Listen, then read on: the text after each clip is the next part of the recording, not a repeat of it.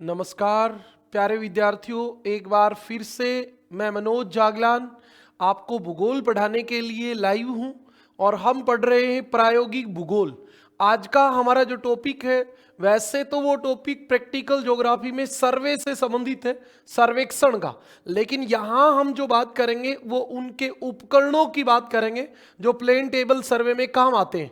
जैसे आपने plane table सर्वे किया होगा, क्योंकि ये 12th क्लास में भी आता है, बीए थर्ड ईयर में भी आता है, हमें फाइनल ईयर में भी आता है, तो सब लोगों ने किया भी होगा। और आपको पता है प्लेन टेबल सर्वे में हम ग्राउंड में एक टेबल लगाते हैं, प्लेन टेबल, उसके नीचे तिरपाद स्टैंड होता है। अब छोटी छोटी बातें आपसे एग्जाम में पूछी जाएंगी कि प्लेन टेबल और तिरपाद स्टैंड को जिस के द्वारा हम टाइट करते हैं, कसते हैं, उसको क्या कहते हैं। ऐसी ऐसी बातें आपसे एग्जाम में पूछी जा सकती हैं। दूसरा, जैसे आपको दर्शे फलक एलिडेड क्या होता है, एलिडेड के कौन से भाग को क्या कहते हैं, साहुल पिंड, साहुल काटा, ट्रफ कंपास, दिशा का निर्धारण हम ट्रफ कंपास से करते हैं। जरीब कितने प्रकार की होती हैं, फीते कितने प्रकार के होते हैं, इन सब बातों पे आज हम विस्तार से पढ़ेंगे। तो आप जल्दी से लाइव जुड़े और आज की क्लास को पढ़ें। एक क्वेश्चन आपके आरपीएससी फर्स्ट ग्रेड में इस टॉपिक से आने की संभावना रहती है।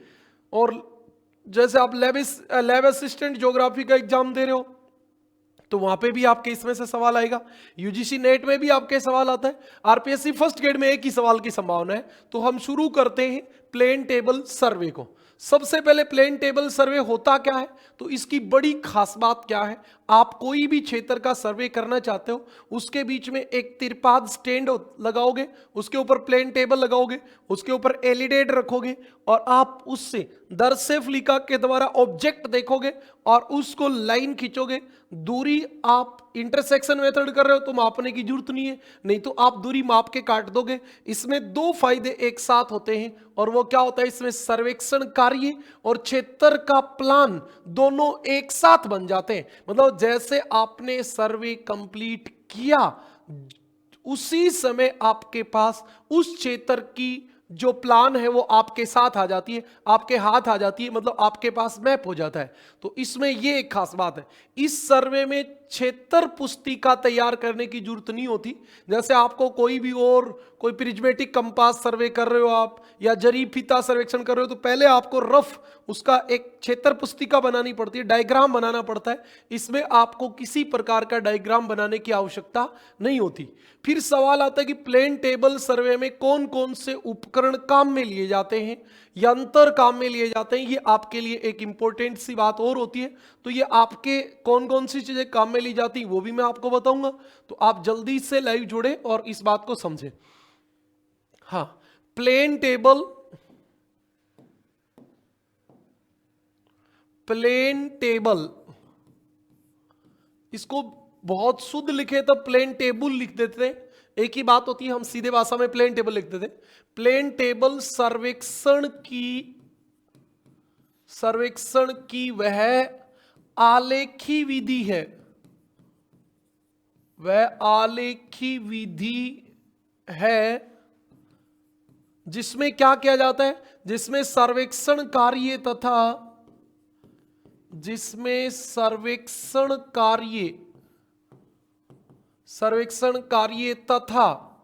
भाई सर्वे भी साथ साथ हो जाएगा और प्लान भी साथ साथ हो जाएगा, तथा क्षेत्र का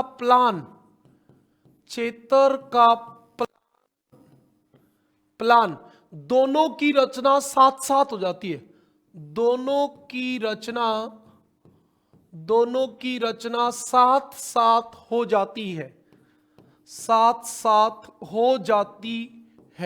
सबसे पहले आप लोग क्या करोगे, प्लेन टेबल सर्वे में कागज चला गया, जैसे आप सर्वे करोगे, सर्वे कंप्लीट होते ही आपके पास मैप आ जाएगा। बिल्कुल, नमस्ते Mahendra, you are welcome. Okay, अब देखो इस सर्वे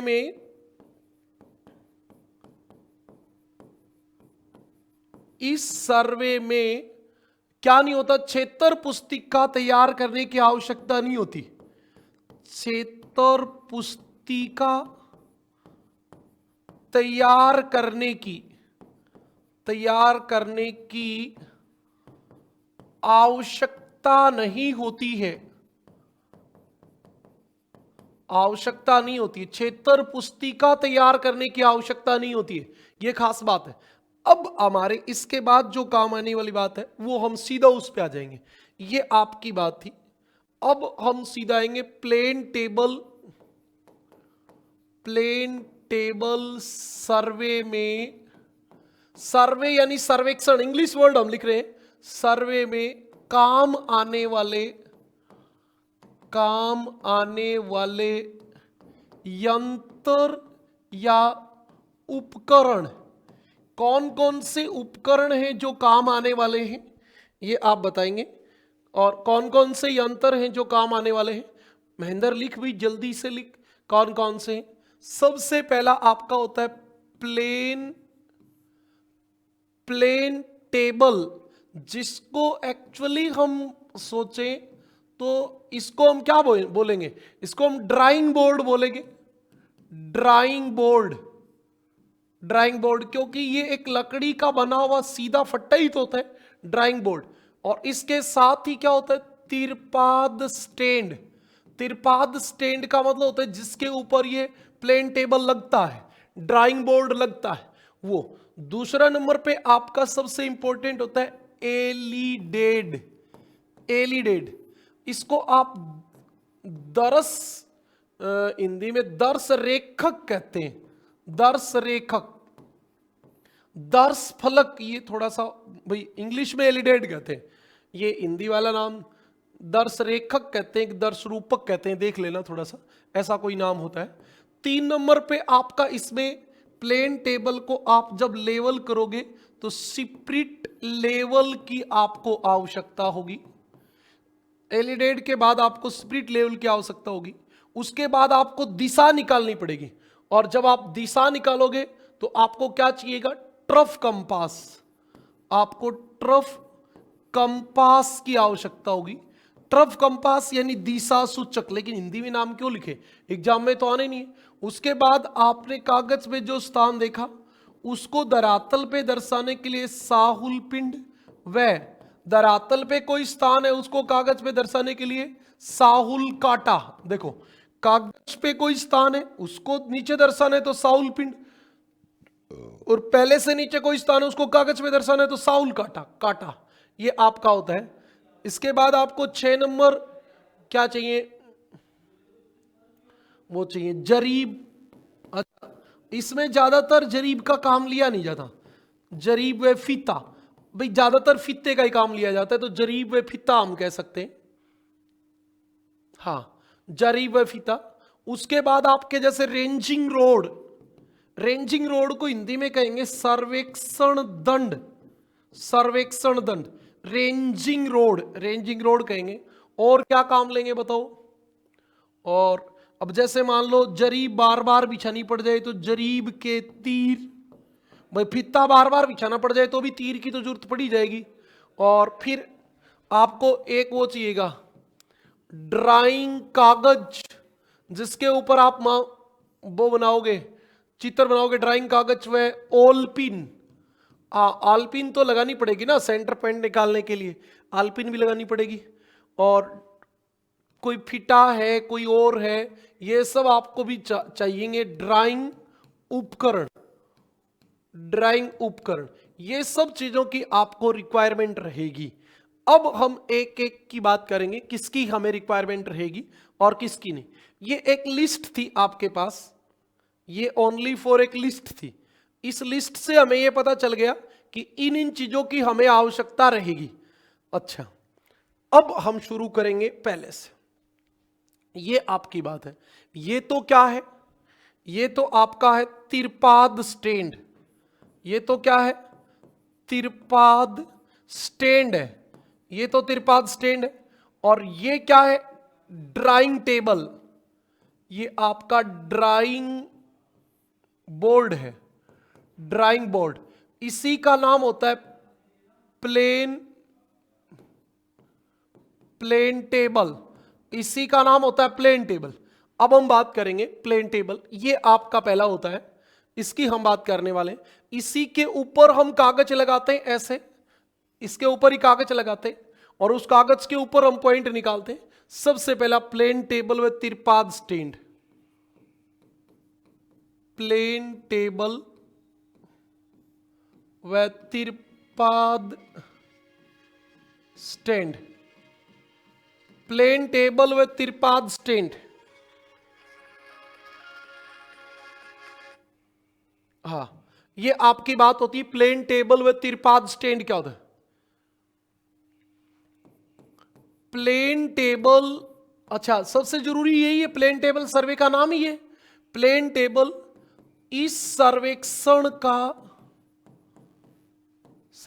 का प्रमुख उपकरण है। सबसे प्रमुख तो यही है भाई, प्लेन टेबल सर्वे में प्लेन टेबल ही तो चाहिएगा। कमाल की बात है। हाँ, इसके दो अंग होते हैं, इसके दो अंग होते हैं। आप बड़े आराम से इनको सुनते जाएं, जब लास्ट आएगा तब तक आपको सब समझ में आ जाएगा।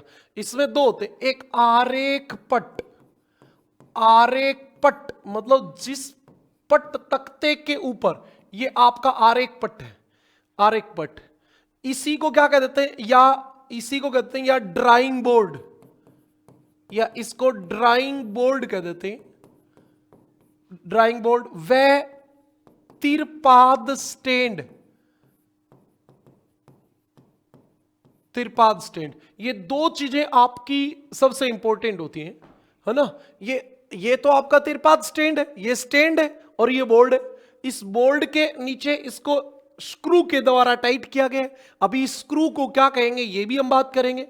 हाँ, बनावट के आधार पर, बनावट के आधार पर प्लेन टेबल तीन प्रकार के होते हैं, तीन प्रकार के होते हैं। बनावट के आधार पे प्लेन टेबल तीन प्रकार के होते हैं। नंबर एक, साधारण, जो आपको दिख रहा है ये साधारण ही है। साधारण का एक नाम और होता है चंक्रमण, चंक्रमण ड्राइंग बोर्ड, ड्राइंग बोर्ड। इसको हम इसके ऊपर ऐसे घुमा के टाइट करते हैं, इसलिए इसका नाम होता है चंक्रमण ड्राइंग बोर्ड। ठीक है। एक इसका जॉनसन टेबल होता है, जॉनसन टेबल, अभी आपको दिखाऊंगा जॉनसन टेबल कौन सा होता है। जॉनसन टेबल, ये बहुत छोटे छोटे सवाल ही तो आएंगे कि आपसे सवाल पूछ लिया जाएगा निम्न में से कौन सा प्लेन टेबल का प्रकार नहीं है। तो आपको तीन पता होगा तभी तो आप बताओगे कि ये चौथा नहीं है, नहीं तो कैसे बताओगे। तीसरा होता है तट सर्वेक्षण टेबल, तट सर्वेक्षण टेबल, तट सर्वेक्षण टेबल, ये तीन प्रकार का होता है। और ये अभी आपके सामने जो है ये कौन सा है, ये साधारण है। ये वाला कौन सा है भी, ये साधारण टेबल है। अच्छा, अब हम आ जाते हैं साधारण या चंक्रमण टेबल पर, साधारण या चंक्रमण टेबल पर।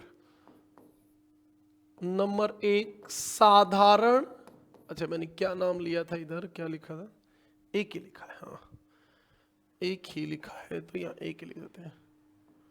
साधारण या चंक्रमण टेबल। अब आपको यह पूछ लिया जाए कि इसका आकार क्या होता है, ऊपर वाले टेबल का आकार क्या होता है, तो आपसे पूछा जा सकता है ये। एक बात, एक इसमें मुझे जो लगी वो सबसे इंपॉर्टेंट बात यही लगी कि इस साधारण या चंक्रमण टेबल के उपयोग क्या है।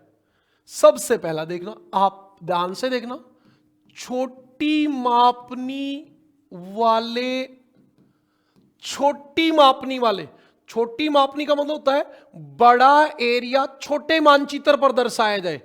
छोटी मापनी वाले मानचित्रों को बनाने के लिए, छोटी मापनी वाले मानचित्र बनाने के लिए, एक तो इसके लिए उपयोग किया जाता है। हाँ, एक आपको याद रखना है, स्थलाकृति मानचित्रों में, स्थलाकृति मानचित्रों में सुदूर, सुदूर का मतलब क्या होता है? सुदूर बहुत दूर की, सुदूर विकिरणों को अंकित करने के लिए, अंकित करने के लिए।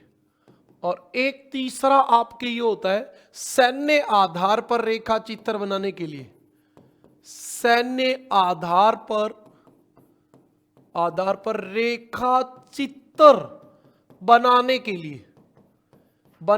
लिए साधारण टेबल का प्रयोग किया जाता है। ये आपकी तीनों बात माध्यमिक शिक्षा बोर्ड की किताब में लिखी है और इसलिए ये हमारे लिए इंपॉर्टेंट बन जाती है। आपको पता है ये प्रैक्टिकल वाला हमारा जो टोटल है वो 12th क्लास 11 12 स्टैंडर्ड का है, तो फिर किताब से ही आना है। सर्वे में प्लेन टेबल जो नेट में आता है वो भी 12वीं क्लास की किताब से ही आता है, आपके SIT आता है वो भी 12वीं क्लास की किताब से ही आता है, बाहर से कोई सवाल नहीं आएगा, ये भी मैं आपको बता देता हूं। हाँ, ये टेबल किसका बना होता है ये बताओ? यह टेबल चीड़, चीड़ चीड़ जिसको हम बोल देते हैं, और इंग्लिश में इसको पाइनवुड बोलते हैं, पाइनवुड, पाइनवुड की लकड़ी से 2.5 सेंटीमीटर मोटे, 2.5 सेंटीमीटर मोटे, मतलब जो तख्ता होता है ना वो 2.5 सेंटीमीटर मोटा होता है, 2.5 सेंटीमीटर मोटे तख्ते से बना होता है। बेटा इसमें क्या है तो बताओ आप भाई, इस बातें तो वही बतानी है जो प्लेन टेबल में। तो किससे बना होता है? पाइन की लकड़ी से बना होता है, चीड़ की लकड़ी से बना होता है, काम की बात है। अच्छा, दूसरा काम की बात होती है इसका आकार। इसका सामान्य आकार तो होता है 30 सेंटीमीटर गुणा 40 सेंटीमीटर, सामान्य आकार तो ये है। फिर ये 45 बाई 45 का भी हो जाता है, 45 बाई 45 सेंटीमीटर का भी हो जाता है। फिर ये 60 सेंटीमीटर गुणा 60 सेंटीमीटर का भी हो जाता है, और बड़े से बड़ा 60 सेंटीमीटर गुणा 75 सेंटीमीटर का होता है। इससे बड़ा नहीं होता, 60 गुणा 75 का होता है, इतना बड़ा होता है ये। अच्छा, अब आपको एक बात का पता होना चाहिए, ये जैसे आपका पट्टा है, इसके नीचे आप नीचे देखोगे ना यहां, तो आपको नीचे यहां इसके स्क्रू लगा के और एक आपको ऐसी मिलेगी, इसके बीच में आपको मिलेंगी चूड़ियां, चूड़ियां मिलेंगी, और वो तिरपाद स्टैंड जो है वो इस तिरपाद स्टैंड के ये ऊपर टिकेगा, और फिर गोल प्लेट जो होती है इसमें एक दुराग्र प्लेट, पिवोट प्लेट बोलते हैं, पिवोट प्लेट लगी होती है, और जो तिरपाद की प्लेट से जोड़ी जाती है।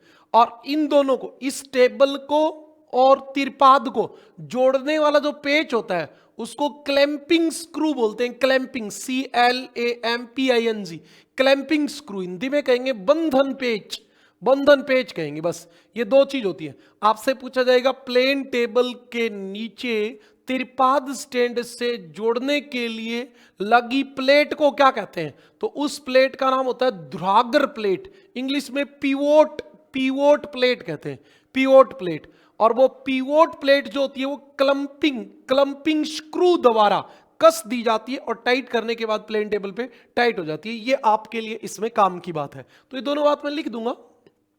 हाँ,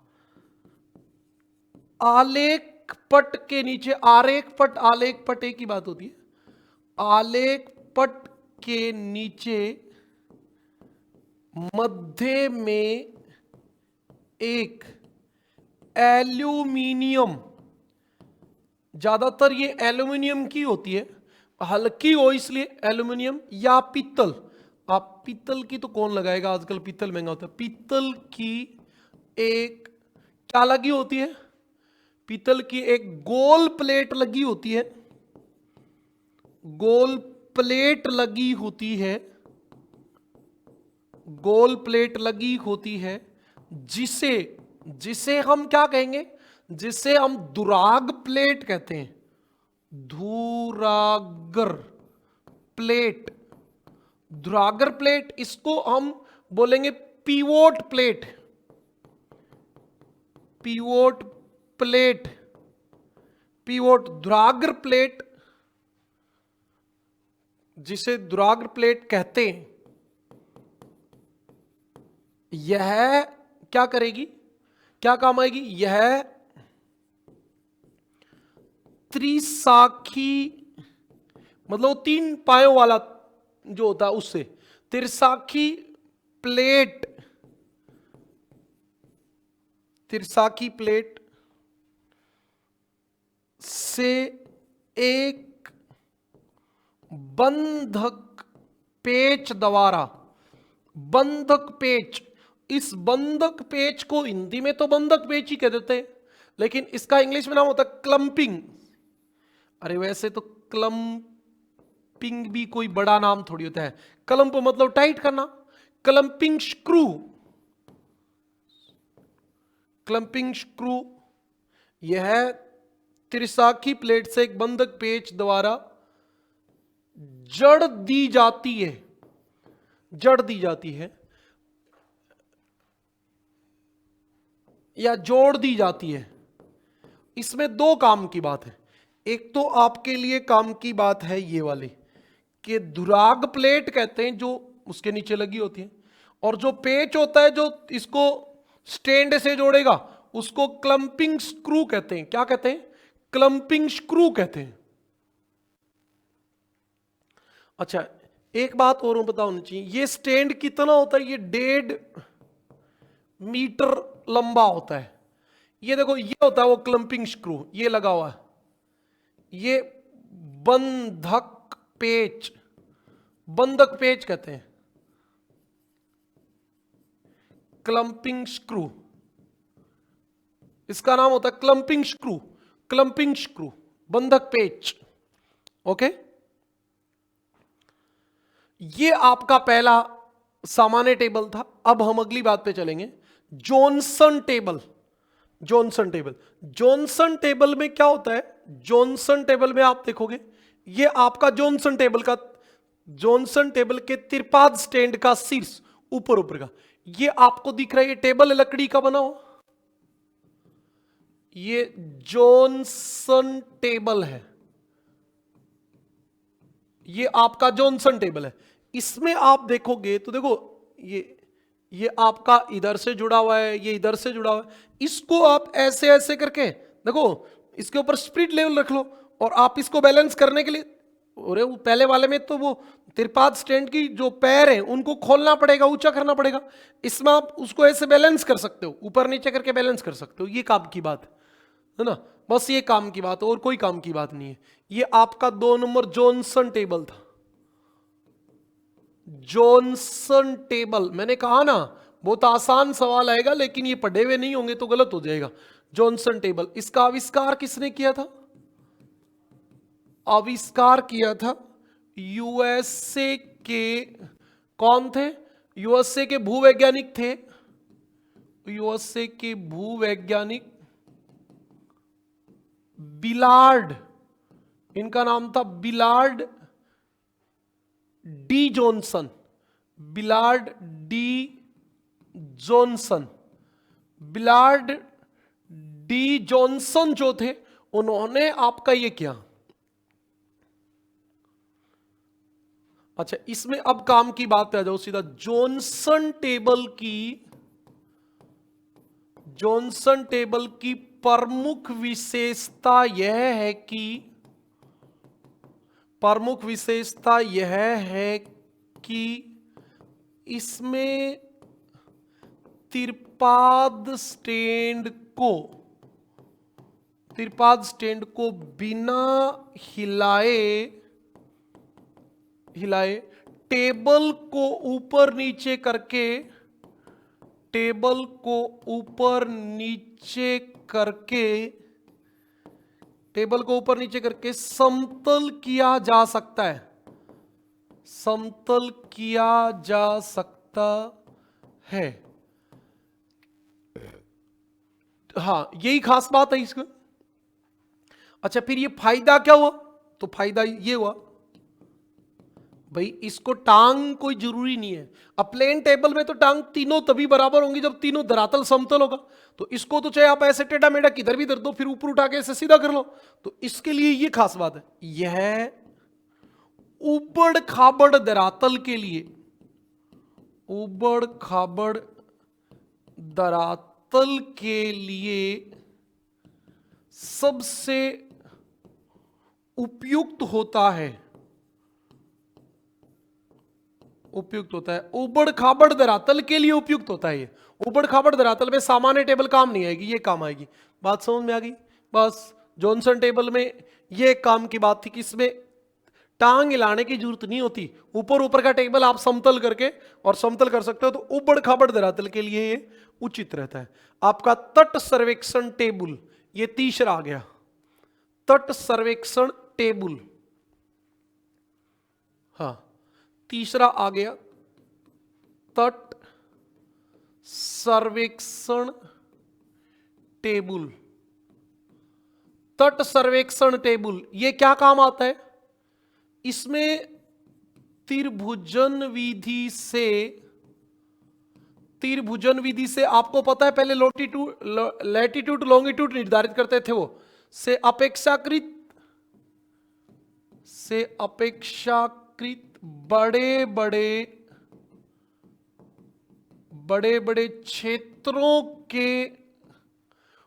बड़े क्षेत्रों के अति परिशुद्ध सर्वेक्षण के लिए, अति परिशुद्ध सर्वेक्षणों के लिए क्या किया जाता है? ये तट सर्वेक्षण टेबल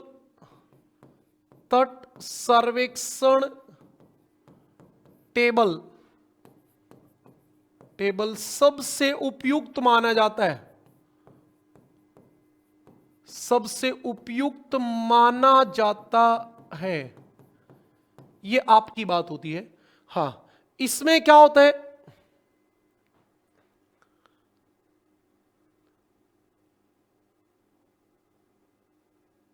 ये इसमें क्या होते हैं? स्क्रू लगे होते हैं, लेवलिंग स्क्रू। तो इसमें क्या होता है? इस लेवलिंग स्क्रू के द्वारा आप ऐसे लेवल कर सकते हो इनको। प्लेन टेबल ऊपर से कुछ भी खिंचकाने की जरूरत नहीं होती, इनके द्वारा आप इसको समतल कर सकते हो। ये त्रिपाद शीर्ष होता है तट सर्वेक्षण टेबल का, है ना।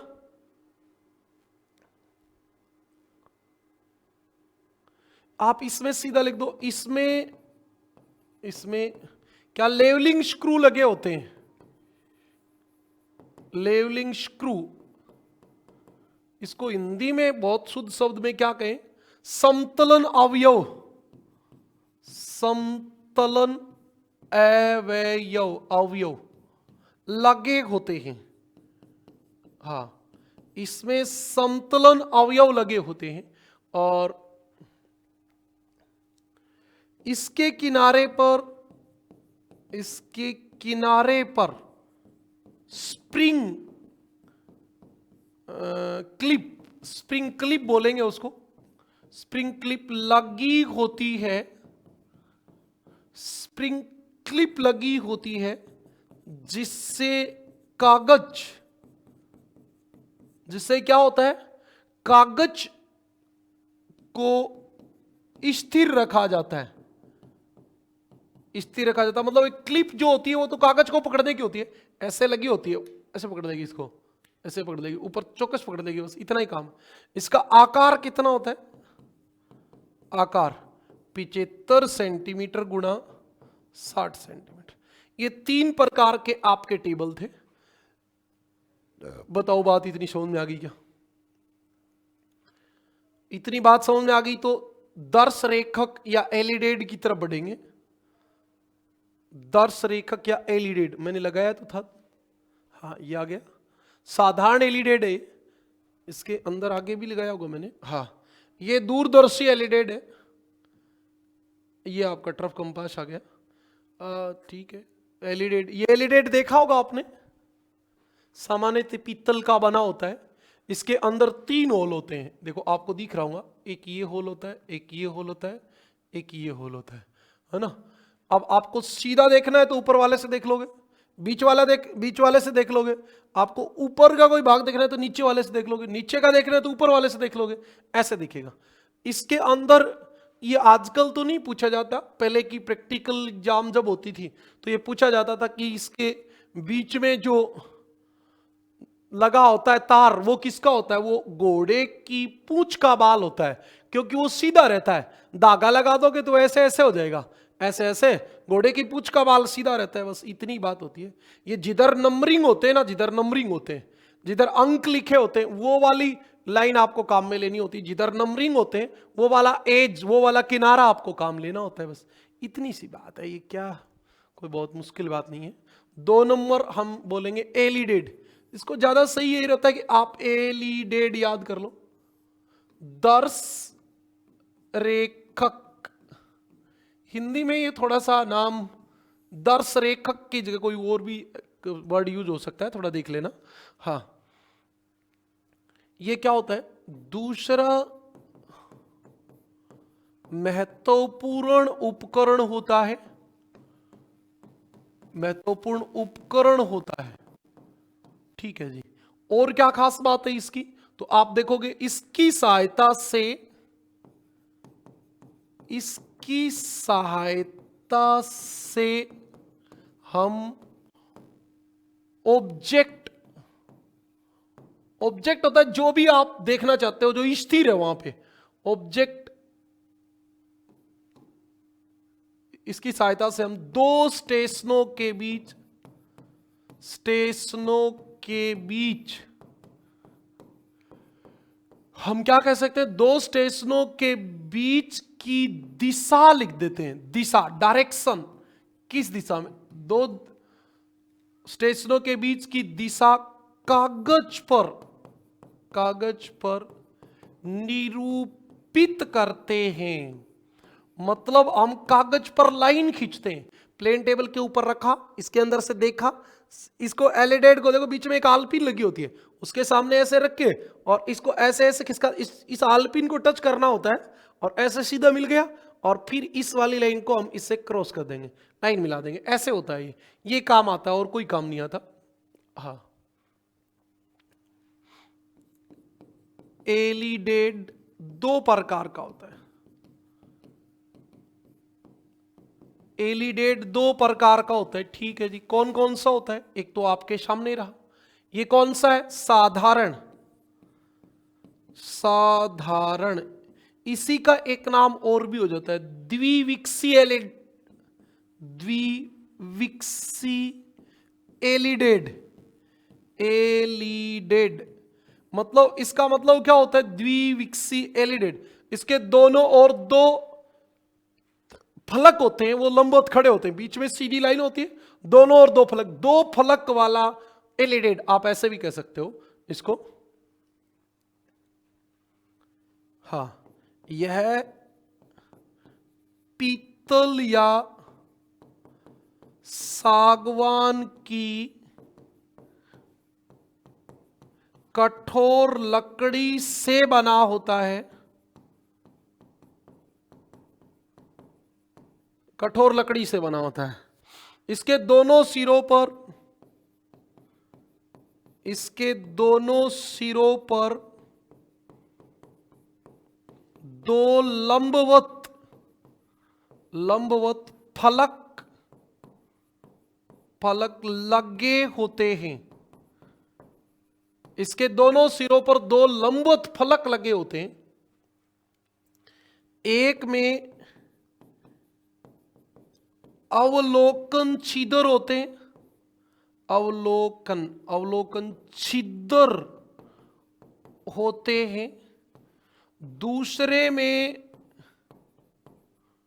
दूसरे में ऑब्जेक्ट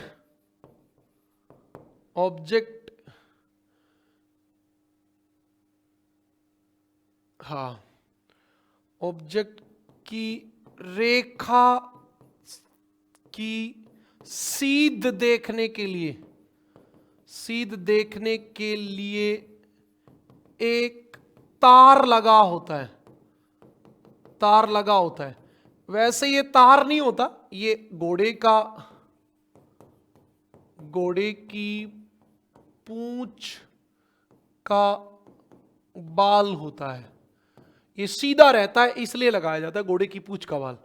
ये आपके घोड़े की पूंछ का बाल लगा होता है। अच्छा, ये पूछ ले इसकी लंबाई कितनी होती है? तो तो आपको याद रखना है 40 से 50 सेंटीमीटर लंबे होते हैं, 40 से 50 सेंटीमीटर लंबे होते हैं। इसकी लंबाई कितनी होती है? 40 से 50 सेंटीमीटर। और हमारे कोई काम की बात ही नहीं है, तो कोई काम की बात नहीं है तो और हम क्यों पढ़ेंगे? दो स्टेशनों के बीच की दिशा ऑब्जेक्ट देखने के लिए काम आता है। ये आपका दूसरा गया दूरदर्शी एलिडेड। हमने इसको क्या लिखा था? 1 नंबर लिखा था क्या? हाँ 1 नंबर। 2 नंबर दूरदर्शी एलिडेड। अच्छा, इसमें क्या होता है? इसमें 2 काम होते हैं। एक तो इसमें जो स्थान दूर होता है वो भी दिख जाता है, और एक इसमें दूर मतलब कोई भी ऑब्जेक्ट दिखने के साथ साथ आप उसकी स्टेडिया विधि से दूरी भी ज्ञात कर सकते हो। और इसको आप प्लेन टेबल पे नहीं रख सकते, प्लेन टेबल पे तो रखा ही नहीं जाएगा, इसके नीचे चूड़ी होती है। तो इसको आप रखोगे कौन से टेबल पे? जॉनसन टेबल पे। या तो जॉनसन टेबल पे या तट सर्वेक्षण टेबल पे ही काम ले सकते हो। पहले नंबर पे यही लिख देता हूं, इसका उपयोग जॉनसन टेबल या तट सर्वेक्षण टेबल पर रखकर किया जाता है। साधारण टेबल पे इसका काम नहीं लिया जा सकता। इसका और क्या काम है बताओ? इसमें फलकों की बजाय, उसमें फलक थे, इसमें फलकों की बजाय दूरबीन लगी होती है। इसमें फलकों की बजाय दूरबीन लगी होती है, बहुत दूर तक आप देख सकते हो, जिससे न केवल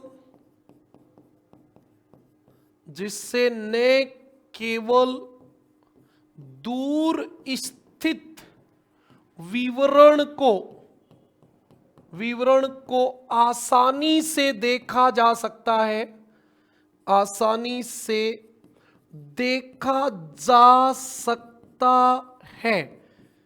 बल्कि इसके अंदर 3 तार होते हैं। यदि किसी के देखे हुए हो तो इसके अंदर एक टेढ़ा तार होता है, 2 सीधे तार होते हैं, दोनों सीधे मिला के टेढ़े, उसके ऊपर नंबरिंग आते हैं, और उस नंबरिंग से आप ये देख सकते हो कि आप जो ऑब्जेक्ट देख रहे हो वो कितनी दूर है, ऐसे पता चलता है।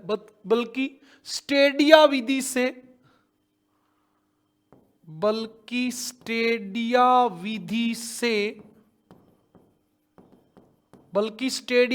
से हम क्या कर सकते हैं? शुद्ध दूरी भी ज्ञात कर सकते हैं।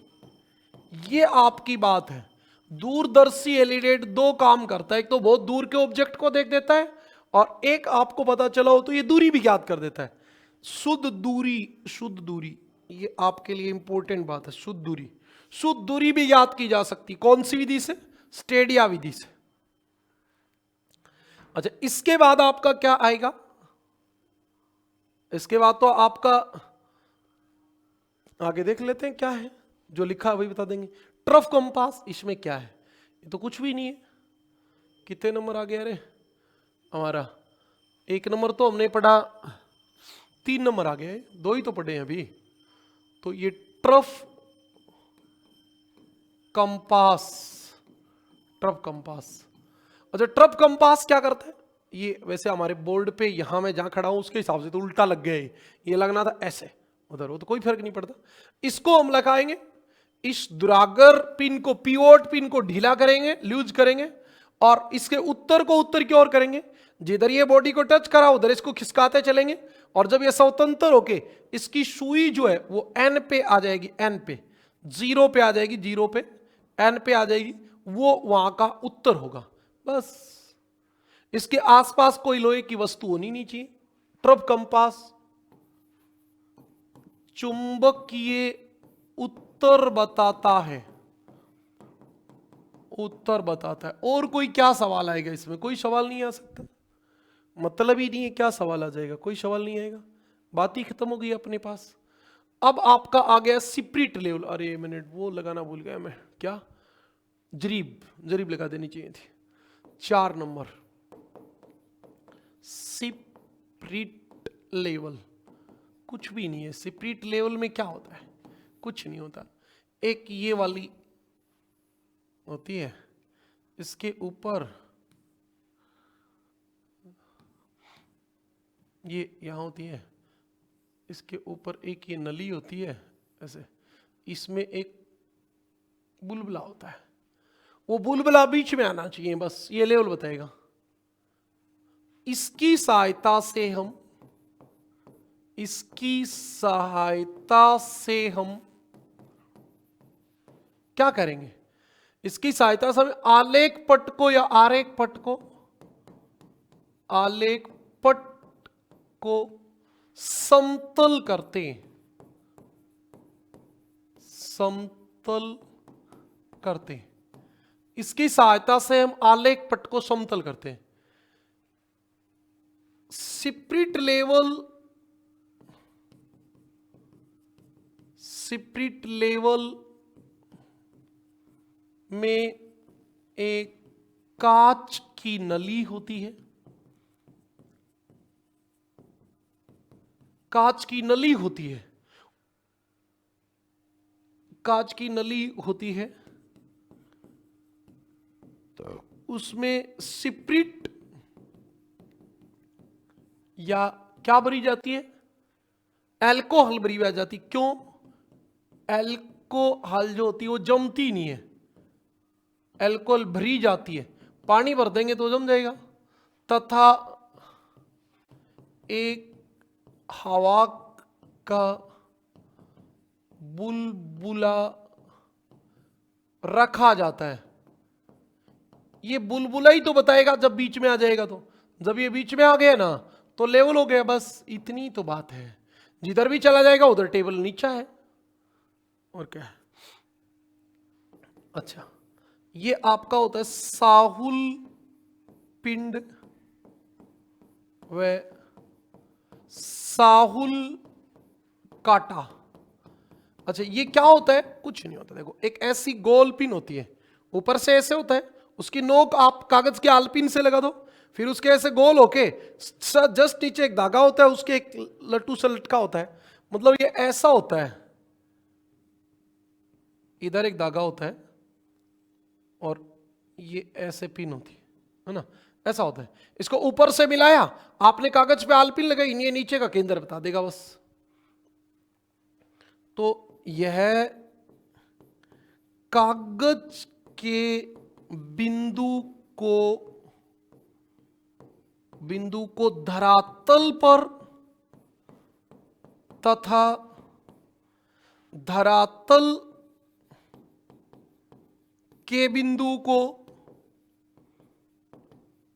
कागज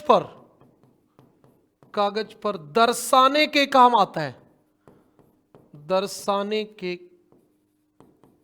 काम आता है। सीधा सीधा सवाल यही कि प्लेन टेबल में हम नहीं लगाते, उस आलपिन के नीचे लगाया और एक वो लट्टू सा लटकता रहता है, वो जहां एकदम सीध में जाएगा वहां हम एक काकरी गिराएंगे छोटी सी पत्थर की, जहां गिरेगा वहां हम क्या कर देंगे? पिन ठोक देंगे। कौन सी पिन? जरीब पिन, जरीब कील ठोक देंगे। ये वाली बात होती है। इतनी बातें आपको समझ में आ गई क्या? बताओ महेंद्र, एक बार कमेंट करो। आप लोग ज्यादा बच्चे तो लाइव हमारी है नहीं अभी भी। फिर इसके बाद जो हम बात करेंगे वो जरीब की बात कर लेंगे। जरीब, आप लोगों ने जरीब देखी होगी,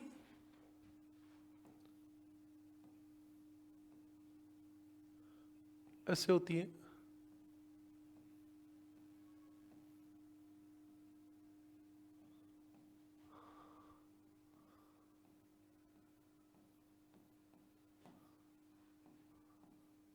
बराबर होती है कड़ी। मेरे वाली जरीब में छोटी बड़ी है, क्योंकि मेरे वाली जरीब नकली है ना। ये तो आपको भी दिख रही है, नकली है।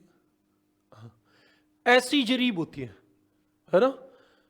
इसमें जैसे आपका 10 नंबर आएगा ना, तो आपके यहां एक इसमें एक वो लगा होगा, उसके अंदर एक नोक वाला ऐसा मिलेगा। जब 20 नंबर आएगा तो आपको 2 नोक वाला मिलेगा। जब 30 नंबर आएगा तो आपको 1 2 3 नोक वाला निशान मिलेगा। जब 40 नंबर आएगा तो आपको 1 2 3 4 नोक वाला आपको ये मिलेगा। और जब 50 नंबर आएगा तो आपको गोल मिलेगा, गोल गोल ताबीज सा मिलेगा ऐसे। ये 50 नंबर होता है। ये आपको पता रहना चाहिए, पेपर में थोड़ी आएगा कोई, लेकिन पता होना चाहिए कि 50 नंबर क्या होता है, 20 नंबर क्या होता है, 10 नंबर क्या होता है। क्लियर हो गए? ये जरीब होती है। अच्छा, जरीब जरीब मैंने लगाई नहीं, मेरी याद नहीं रही। हाँ, सामान्य भाषा में से इसलिए नहीं लगाई। जरीब दूरी मापने का सबसे प्रमुख उपकरण होता है। सबसे प्रमुख उपकरण होता है, यह बात आप याद रखें। यह किसकी बनी होती है? यह लोहे या इस्पात। इस्पात का मतलब होता है कि आयरन में मैग्नीज और मिला तो थोड़ा टाइट हो जाएगा, जंगरोधक हो जाएगा। लोहे या इस्पात की बनी होती है। अरे इस्पात का मतलब स्टील की बनी होती है। प्रत्येक जरीब में 100 कड़ी होती है। तो फिर यह बात तो याद रखने की जरूरत नहीं है। प्रत्येक जरीब में 100 कड़ी होती है। अच्छा, कड़ी सब में शो होती है, दूरी सबकी अलग अलग होती है। जरीब 3 प्रकार की होती है। जरीब 3 प्रकार की होती है। जरीब कितने प्रकार की होती है? 3। पहली का नाम होता है मीट्रिक जरीब। मीट्री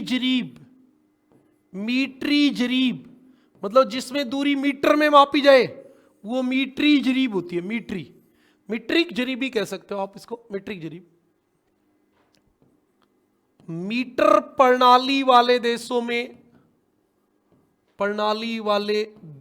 में काम ली जाती है। सही बात है भी। अच्छा, इसमें अब 2 ही बात है। 1957 के बाद भारत में इसी का उपयोग होता है। 1957 के बाद भारत में उपयोग। और ओरिजिनल बात आपको बताऊं तो आज भी हमारे जो जमीन मापी जाती है खेत में, वो इससे नहीं मापी जाती। वो हमारे गज वाली से मापी जाती है, मीट्रिक वाली से नहीं मापी जाती। वो हमारे गज में, फिट में होती है। आपने देखा भी होगा, क्योंकि हेक्टेयर आज भी हमारे वही है। इसकी लंबाई कितनी होती है? लंबाई अलग अलग होती है। 10 मीटर, 20 मीटर, 30 मीटर। अच्छा, इसका मतलब इसकी जो कड़ी होंगी वो छोटी बड़ी होंगी।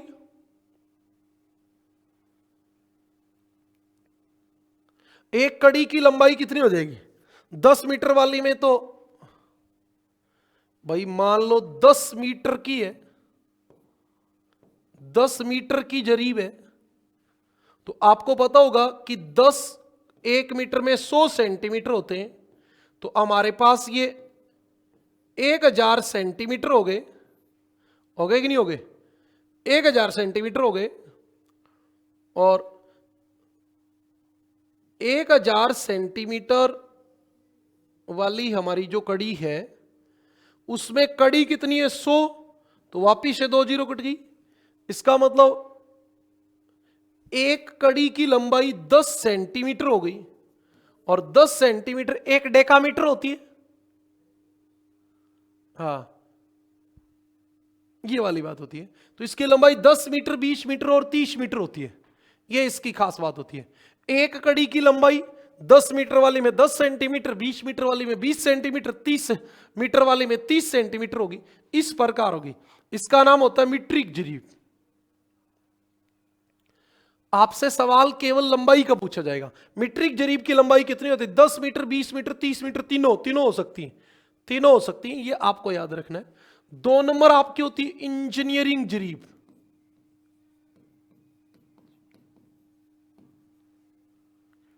इंजीनियरिंग जरीब। अच्छा, अब इसमें कई बार सवाल पूछ लेता है कि ये क्या होती है। इसकी लंबाई होती है 100 फीट।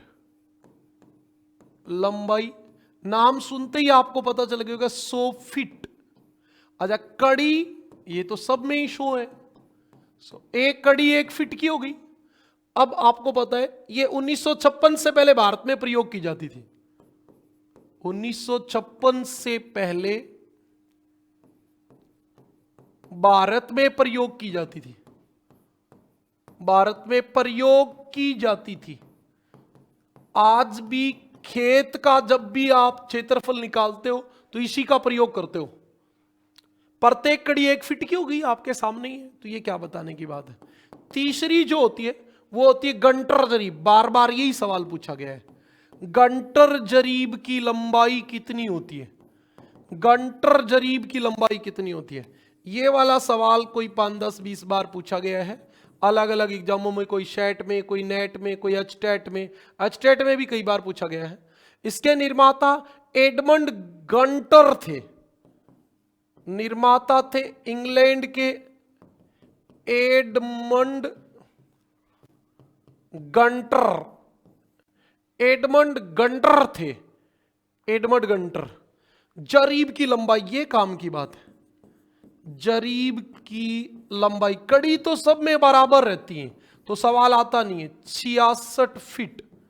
अच्छा, 66 फीट को आप 22 गज भी तो बोल सकते हो, क्योंकि 3 फीट में 1 गज होता है। कुल कड़ी कितनी होती है? 100। कुल कड़ी 100, कुल कड़ी 100। आपको याद रखना है, इसका प्रयोग एकड़ों में क्षेत्रफल ज्ञात करने के लिए किया जाता है। इसका प्रयोग एकड़ों, एकड़ों व हेक्टेयर, एकड़ों में क्षेत्रफल ज्ञात करने के लिए किया जाता है। और आज भी हमारे एक कड़ी होती है, एकड़ और हेक्टेयर ही होती है इकाई।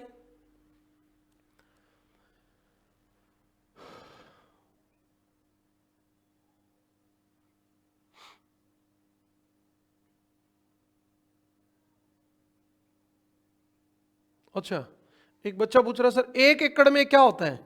1 एकड़, बेटा बिल्कुल आप लोग तो सवाल ही नहीं करते। मुझे तो ये क्लास इसीलिए बोरिंग लगती है कि कोई बच्चा सवाल ही नहीं पूछता।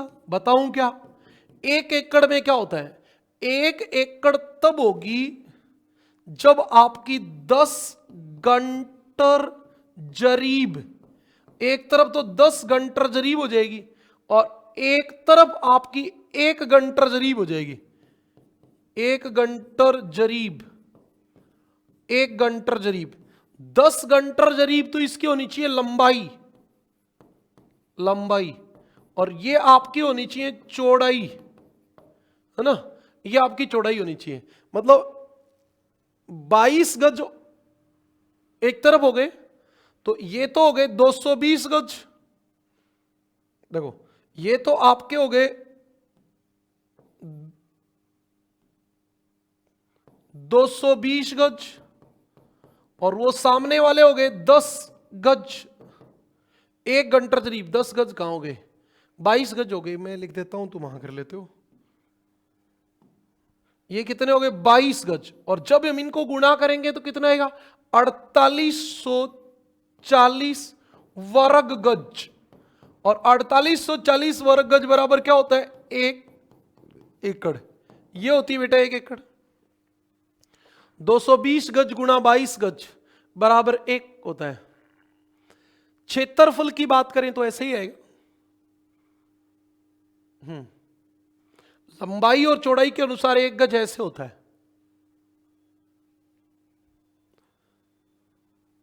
बेटा 3 फीट में 1 गज होता है।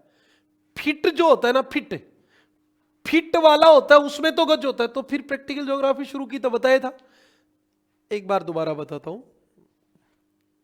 देखो, 1 फीट बराबर 12 इंच, 3 फीट बराबर 1 गज, 36 इंच बराबर 1 गज, 220 गज बराबर 1 फरलोंग, 8 फरलोंग बराबर 1 मील। ये मील वाली माप नहीं होती है बेटा, 3 फीट में 1 गज होता है। ओके ओके, 100 सेंटीमीटर बराबर 1 मीटर होता है। 100 सेंटीमीटर बराबर 1 मीटर होता है। ये सेंटीमीटर वाली माप नहीं होती है, ये फीट वाली माप नहीं होती है। ओके, एक बार कमेंट दोबारा करो भी, ये बात समझ में आ गई तो। यही तो है, आप लोग जल्दी कमेंट दोबारा क्या करो।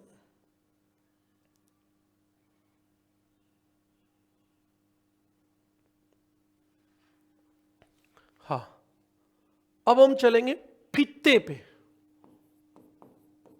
फित्ते की बात करें तो फित्ता, फित्ते या फित्ता, फित्ते बहुत सारे हो जाते हैं, फित्ता एक हो जाता है। फित्ता, फित्ता की बात करें तो इसकी लंबाई कितनी होती है? लंबाई की बात करें फित्ते की तो सामान्यतः कोई भी फित्ता होता है वो 100 फीट का होता है। 100 फीट या 30 मीटर। या नहीं लगाना चाहिए था हमें, और लगाना चाहिए था, क्योंकि दोनों चीजें साथ होती हैं, दोनों चीजें साथ होती हैं। एक तरफ तो होती है फीट और एक तरफ होती है मीटर। या 50 फीट और 15 मीटर का होता है फीता, या ये वाली बात का होता है। दोनों में से एक बात होती है। अच्छा बताओ, फीता जो होता है वो कितने प्रकार का होता है? 5 प्रकार का होता है। सबसे उपयुक्त फीता कौन सा होता है? धात्विक फीता। सबसे उपयुक्त फीता, और क्या सवाल पूछा जाएगा तो इसमें? सबसे उपयुक्त फीता कौन सा होता है? धात्विक फीता, क्योंकि इसमें क्या होता है, तार होते हैं उसके अंदर धातु के, तो वो फिर लंबा नहीं होता, लंबा नहीं होता। इसमें क्या होते हैं, तांबे या एल्यूमिनियम के तार होते हैं, तांबे या एल्यूमिनियम के तार होते हैं। और एल्यूमिनियम या तांबे के तार होते हैं तो फिर वो बधेगा नहीं। बधने का मतलब समझते हो ना, नहीं तो घिस के बड़ा हो जाता है। ओके ओके ओके, कोई बात नहीं, मिस्टेक हो गई थी तो कोई इश्यू नहीं होता ना। अरे भूले ही नहीं तो फिर एक बार पढ़ते ही सब बातें बनी जाएं। भूलनी तो होती है बेटा, प्रैक्टिस करनी पड़ेगी बार बार बार बार। ये आपकी बात थी। चलो, अच्छा, इस्पात फीता किसका होता है? इस्पात का बना होता है। प्लास्टिक फीता प्लास्टिक का बना होता है। कपड़े का फीता कपड़े का बना होता है। एक होता है इनवार फीता, इसमें इस्पात में निकिल मिला होता है। इनवार, इनवार फीता। तो 5 प्रकार के फीते होते हैं। अच्छा, नाम लिख देता हूं, धात्विक फीता, कपड़े का फीता, कपड़े का भी होता है कपड़े का फीता, प्लास्टिक का फीता, अच्छा प्लास्टिक का फीता। अच्छा, एक आपका होता है इस्पात फीता। इस्पात फीता मतलब किसका बना होता है? इस्पात का बना होता है। इस्पात का मतलब लोहे का, इस्पात की छड़ से बना होता है। एक आपका 5 नंबर और होता है, उसका नाम होता है इनवार फीता। इनवार फीता ये किसका बना होता है? एग्जामिनर का कोई भरोसा नहीं होता, वो बहुत छोटा सा सवाल उठा ले। इस्पात प्लस निकिल का बना होता है, निकिल का बना होता है। सबसे बढ़िया फीता कौन सा होता है? सबसे बढ़िया होता है धात्विक फीता। ये मैंने यहां एकदम क्लियरली लिख दिया, सबसे बढ़िया ये होता है। अब आपसे पूछा जा सकता है, प्लेन टेबल जब हम सर्वे करते हैं तो उसकी प्रोसेस क्या होती है? सबसे पहले हम क्या करेंगे, प्लेन टेबल सर्वे की प्रोसेस, प्लेन टेबल सर्वे की प्रक्रिया क्रम से, अच्छा यही तो काम की बात है, क्रम से होती है। मतलब एकदम सही बताओ, सबसे पहले क्या होगा, फिर उसके बाद क्या होगा, फिर उसके बाद क्या होगा, फिर उसके बाद क्या होगा। लिखो, चलो आप भी लिखो, भी लिख दो बच्चों, जल्दी से लिखो। सबसे पहले क्या होगा, उसके बाद क्या होगा। अरे बताओ भाई क्या होगा।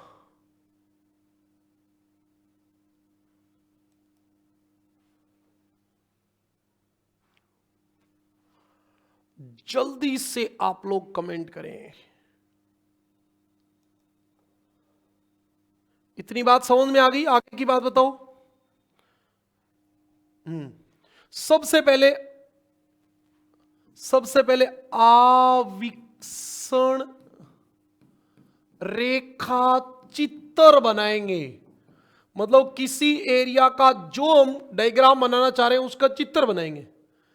फिर हम देखेंगे कि जैसे हमने ये डायग्राम बना दिया भाई, ये इस वाले एरिया का हमें चित्र बनाना है, तो फिर इसके बीच में जाके प्लेन टेबल लगाएंगे।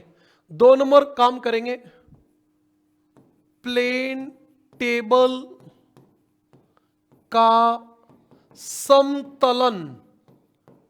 अच्छा, समतलन कहते हैं इसको, लगाना और प्लेन टेबल को लेवलिंग करना। 3 नंबर हम केंद्रण करेंगे। केंद्रण का मतलब होता है कि टेबल के ऊपर पिन लगा के और उसके नीचे सेंटर पॉइंट निकालेंगे, है ना। 4 नंबर हम करेंगे हिंदी में बोलते पूर्वाभिमुखीकरण। मतलब हम कोई भी लाइन को चेक करेंगे पहले उल्टा करके, और फिर हम ऑब्जेक्ट की किरणें खींचेंगे। किरणें खींचना मुझे लगता है यहां से सवाल उठ सकता है आपके। और फिर प्लान को पूर्ण करना। अच्छा, किरण खींचने के बाद वैसे आपको आरएफ भी निर्धारित करना होता है, आरएफ निर्धारित करना, लेकिन आपकी माध्यमिक शिक्षा बोर्ड में लिखा नहीं है। नहीं लिखा है तो फिर पेपर में भी नहीं आएगा, यह भी एक खास बात होती है ना। ये आपकी प्रोसेस है, ये मतलब नंबर वाइज है, ये नंबर वाइज काम है। ऐसा नहीं हो सकता, पहले ये हो सकता है आविक्षण रेखा चित्र, प्लेन टेबल का समतलन, केंद्रण, पूर्वाभिमुखीकरण, किरणें खींचना और प्लान को पूर्ण करना।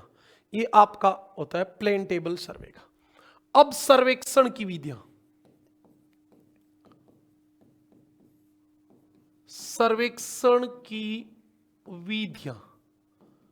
अच्छा सबसे पहली हमारी जो विधि होती है उसका नाम होता है विकिरण विधि, रेडिएशन मेथड।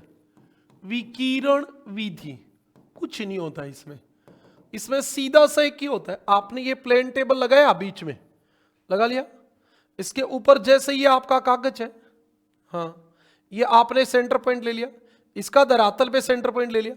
अब जैसे मान लो ये ऑब्जेक्ट आपने मापा, इससे आपने यहां एलिडेड लगा के और ये आपने ऑब्जेक्ट नाप दिया।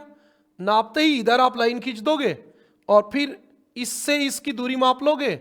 जितनी दूरी है मान लो 40 मीटर है, और आपने एक आरएफ माना है, आरएफ 1:200 सेंटीमीटर माना है, तो मतलब इसका मतलब हो गया 1 सेंटीमीटर बराबर 2 मीटर।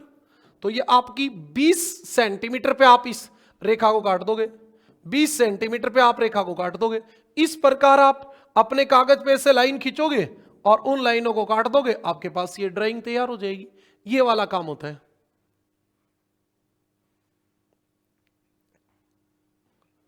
इसमें प्रत्येक लक्ष्य की दूरी मापी जाती है। हाँ, दूरी तो मापी जाएगी। आपने अपनी आग लगा के ऐसे ऑब्जेक्ट को देखा, लाइन खींची, दूरी मापी, कितनी दूरी है आरएफ के अनुसार उसको काट दो, बस इतना ही काम होता है। ये सामान्यतः हम यही करते हैं, ये 12th क्लास में हम करते हैं, बीए 3rd ईयर में भी हम यही करते हैं। ये आपकी विकिरण विधि होती है। मतलब आपने लाइन खींची, दूरी मापी 40 सेंटीमीटर, आपने आरएफ का अनुपात 200 ले रखा था, आपने कागज के ऊपर 20 सेंटीमीटर पे काट दिया, बस।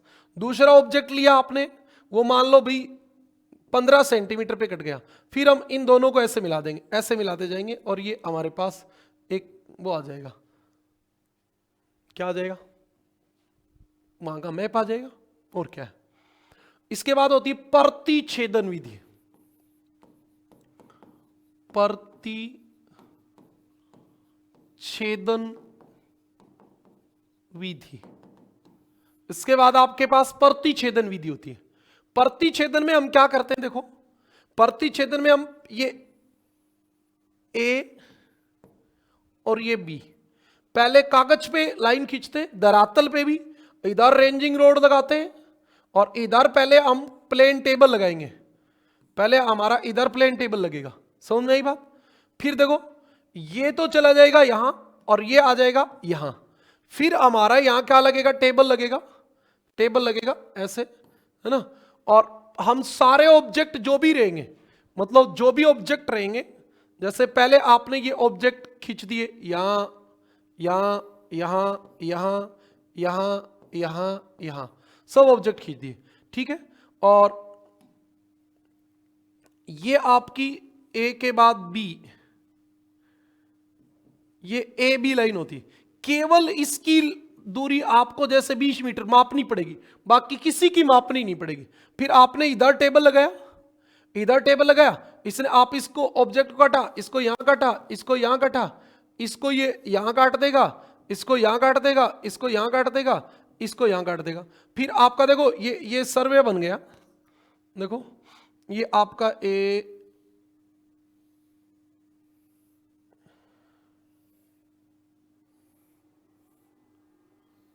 ऐसे ऐसे आपका डायग्राम बन जाएगा। इसमें 2 जगह टेबल लगाना होता है और केवल बीच की दूरी मापनी होती है। तो आप में बता दोगे, इसमें 2 जगह टेबल लगाना होता है, इसमें 2 जगह टेबल लगाना होता है, केवल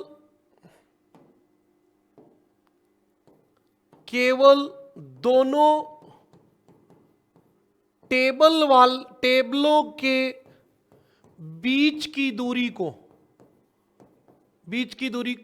को मापना होता है, बाकी कुछ भी नहीं मापना, बाकी सब इंटरसेक्शन से कट जाएंगी, बाकी की दूरी मापने की जरूरत नहीं होती, इंटरसेक्शन से आपकी कट जाएंगी। इसमें इतनी बात समझ में आ गई क्या, बताओ। उसके बाद आपकी जल्दी से कमेंट कर दो, क्योंकि अभी ये टॉपिक आपका जो है वो कंप्लीट होने वाला है, तो आप अभी मुझे बता देंगे। तीसरी होती है चंक्रमण या मालारेख विधि। चंक्रमण या मालारेख विधि, कुछ नहीं होता इसमें। चंक्रमण या मालारेख विधि, इसमें क्या होता है पता है क्या आपको। इस विधि में प्रत्येक सर्वेक्षण टेबल पे बार बार, जैसे आपने यहां टेबल लगाया ए पे, फिर आपने बी पे टेबल लगा दिया, आप मापते चलोगे भाई, जो भी दूरी है वो सब मापते चलोगे, काटते चलोगे। फिर आपने सी पे टेबल लगाया, फिर आपने डी पे लगाया, फिर आपने ई पे लगाया, तो ये तो आपकी हो जाएगी खुली चंक्रमण विधि। आप बार बार टेबल चलाते जा रहे हो तो ये आपकी खुली चंक्रमण विधि हो जाएगी। इसमें आखिर में ऐसा नहीं होगा। और जब आप टेबल लगाते लगाते ऐसे लगाते लगाते, ए पे आपने टेबल लगाया, आपने ए पे टेबल लगाया, फिर आपने बी पे टेबल लगाया, फिर आपने सी पे टेबल लगाया, फिर आपने डी पे टेबल लगाया, फिर आपने ई पे टेबल लगाया, और फिर आप वापिस एफ पे वापिस यहां गए, तो ये आपकी हो जाएगी बंद चंक्रमण विधि। इसमें बार बार टेबल लगाया जाता है, कुछ नहीं है रे। और चौथी विधि होती है आपकी रेडियो परगामी विधि। चौथी होती है रेडियो परगामी विधि। सवाल यह भी आ जाएगा कि प्लेन टेबल सर्वेक्षण की कौन कौन सी विधि होती है, ऐसा भी तो सवाल आ सकता है। तो आपको बताना है रेडियो परगामी विधि, यह मालारेख विधि, यह भी सवाल आ सकता है। यह मालारेख विधि वह विकिरण विधि का मिश्रण है, विकिरण विधि का मिश्रण है। यह भी सवाल आ जाए बाय चांस कि कौन सी में मालारेख और विकिरण दोनों का प्रयोग किया जाता है। इसमें ज्यादा समस्यात्मक करनी नहीं है आपको कुछ भी। अच्छा, इसके अब आपको गुण और अवगुण बताने हो, गुण दोष प्लेन टेबल के, तो आप क्या बताओगे? गुण तो यह है कि जैसे ही आपका सर्वे पूरा होगा तो मैप बन जाएगा, ये तो गुण है। क्षेत्र पुस्तिका बनाने की जरूरत नहीं होती, इसमें कोई ज्यादा कठिन उपकरण नहीं है, आम बच्चे को भी समझ में आ जाते हैं।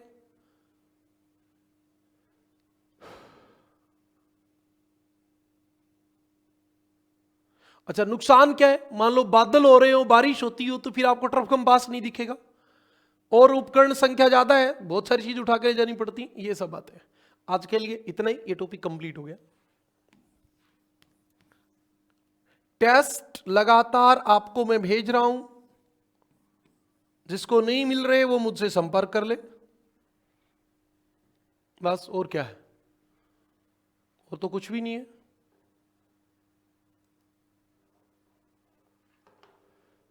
और बताओ भी क्या समस्या है?